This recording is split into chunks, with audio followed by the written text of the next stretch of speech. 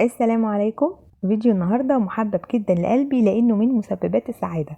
أنا بس عايزة أسألكوا سؤال، في أحلى من الهوت شوكليت وكوكيز الشوكولاتة على الصبح كده؟ يعني حاجة بجد تخلي اليوم يبدأ حلو. بس الهوت شوكليت بخلطة الكافيهات السرية هنعمله الفيديو اللي جاي إن شاء الله. لكن الفيديو ده هنعمل كوكيز العبد الخطير ده بالشوكولاتة وبقطع الشوكولاتة. بجد والله من أحلى الكوكيز اللي أكلتها، ومن أحلى الكوكيز اللي عملتها، ومطلع كمية كبيرة قوي من بيضة واحدة بس. هيعجبكم جدا وناجح ومضمون وطريقته بسيطة قوي وما فيهاش اي تعقيدات. امشوا على الخطوات اللي انا هقول لكم عليها وهتعملوا احلى كوكيز واوفر ببيضة واحدة بس طلعنا الكمية دي كلها. بس قبل ما ابدا، انا اسمي ايمان. لو اول مرة تشوفوني اشتركوا في القناة وفعلوا الجرس عشان توصلكوا كل فيديوهاتي الجديدة، وشيروا لايك لو الوصفة عجبتكم.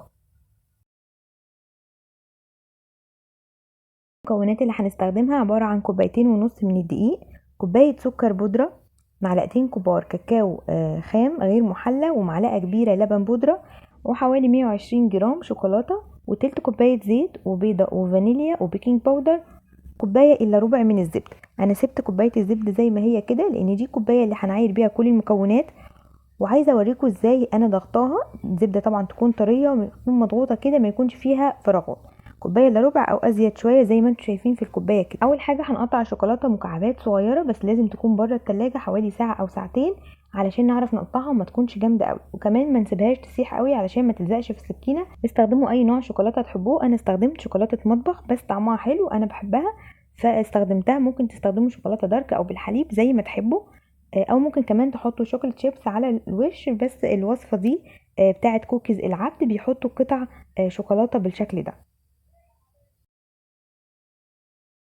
هركنهم بقى على جنب، وهحضر طبق عميق احط فيه كوبايه الا ربع من الزبده. الزبده تكون طريه ومضغوطه في الكوبايه بالشكل ده. انا استخدمت الكوبايه العاديه اللي هو المج الموجود في كل بيت علشان تبقى الوصفه سهله معاكم ومضمونه كمان نجاح. وهضيف عليها كوبايه سكر بودره. سواء السكر البودرة احنا عاملينه في البيت او جايبينه جاهز لازم ننخله علشان مع الرطوبة بيكون كتل وبلورات كده من السكر. مش عايزينها تبقى في العجينة علشان تديني افضل نتيجة. هقلبهم بس مع بعض عشان السكر ما يطيرش، وبعدين هضربهم كويس جدا بالمضرب الكهربائي لحد ما يبقى قوامهم كريمي بالشكل ده. الخطوة دي بتاخد حوالي دقيقتين 3 لان الكمية صغيرة والزبدة طرية والسكر كمان ناعم ومنخول، يعني ما بتاخدش وقت خالص. هضيف بقى عليها تلت كوباية من الزيت النباتي بس ما يكونش له ريحة، وهضيف عليهم بيضة واحدة وبرضو اكون مطلعاها من التلاجة من بدري وحطيت عليها شوية فانيليا. هنا بقى مش هضرب كتير بالمضرب الكهربائي، مجرد بس ما البيضة تندمج، لانه احنا مش بنعمل كيك. البسكوتات كلها بعد اضافة البيض مش محتاجة ان احنا نخفقها كتير. هنرفع بقى المضرب على كده مش محتاجينه، وهضيف عليهم معلقتين كبار كاكاو غير محلى ومعلقة كبيرة لبن بودرة، بتفرق جدا في طعم وطراوة الكوكيز. وضفت عليها كمان كوبايتين ونص من الدقيق المنخول. خدوها قاعدة كده، كل المواد الجافة ننخلها علشان ما يكونش فيها اي تكتلات.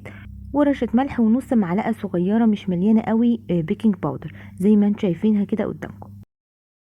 كده خلاص ما عنديش اي اضافات تانية. هبدأ بقى اعجنها بالسباتيلا كده، مش محتاجة ايدي ولا حاجة. وكمان البسكوتات مش بتتعجن كتير، مجرد بس ما بقعد اقلبها علشان يندمج كل المكونات مع بعض. في الاول هتحسوا ان الدقيق كده كتير، هتقعدوا بقى تقلبوه كويس قوي. انا مش فاصله الكاميرا علشان تشوفوا ازاي الزبده بتتشرب الدقيق وبتتحول كده العجينه بدون اي اضافات وبدون حتى ما اعجنها بايدي. عجينة الكوكيز بتبقى طرية بس نقدر نمسكها بايدينا من غير ما تلزق، يعني نقدر نمسكها نعمل منها كور ما تلزقش في ايدينا. لو لسه بتلزق ممكن تضيفوا لها معلقة دقيق. بصوا العجينة اهي انا لفتها مش ماسكة في ايدي ولا حاجة، بس كمان طرية كده تمام، ومش محتاجة ادخلها التلاجة ولا حاجة، هشتغل فيها على طول.